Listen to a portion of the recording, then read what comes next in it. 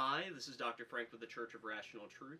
Today we're going to talk about trying to avoid a sedentary lifestyle. This is something that came up in a new study in Japan that said walking 8,000 steps a day had a significant decrease in overall mortality for people that were studied from age 20 on. And they saw that the amount you did it, whether it was 2 days or more a week, the more you did it, the more it decreased mortality, so it did seem like there is a linear trend with that.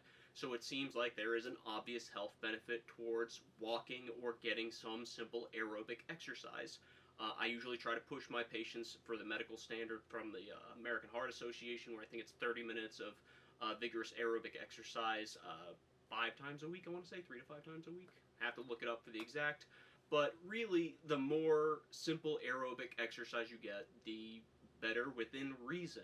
So it seems like people who do this brisk walking several times a week, the more the better.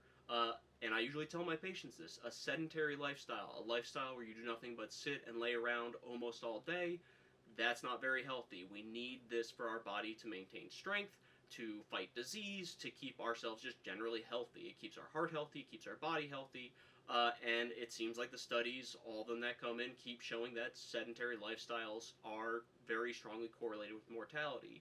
And it seems not just that it's sick people who sit and die easier, it is that anybody needs to do this to prevent themselves from having a higher likelihood of dying.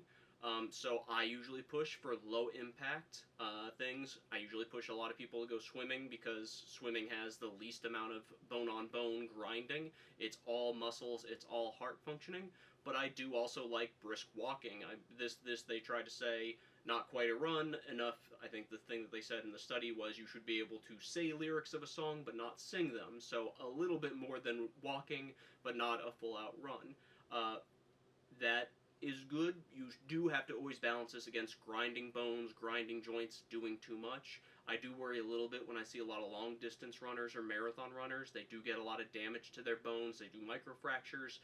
They can get some arthritis problems. So like everything, there's always a balancing act where, how much is good and how much is too much. But it seems with gentle aerobic exercise, brisk walking, that seems like a very good thing to do. One of the biggest things that I hate about my job is I spend most of my days behind this desk. I don't walk around a lot, I don't get a lot of exercise, so that seems like one thing that I really wish I should change. When I do go out or when I have days off, I usually like to walk a lot.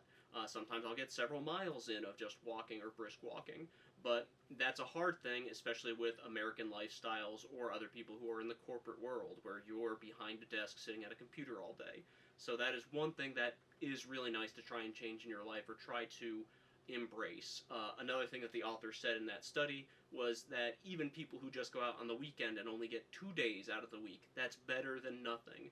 This is something that is linear. It's not whether you do it or you don't do it. It's not a 1 and a 0. It is a gradual improvement with the more you're able to do, the better. The less you're able to do, the worse. So even if you're not able to do it 3 times a week, 4 times a week, 5 times a week, just having 2 days on the weekend of getting some exercise is better than nothing.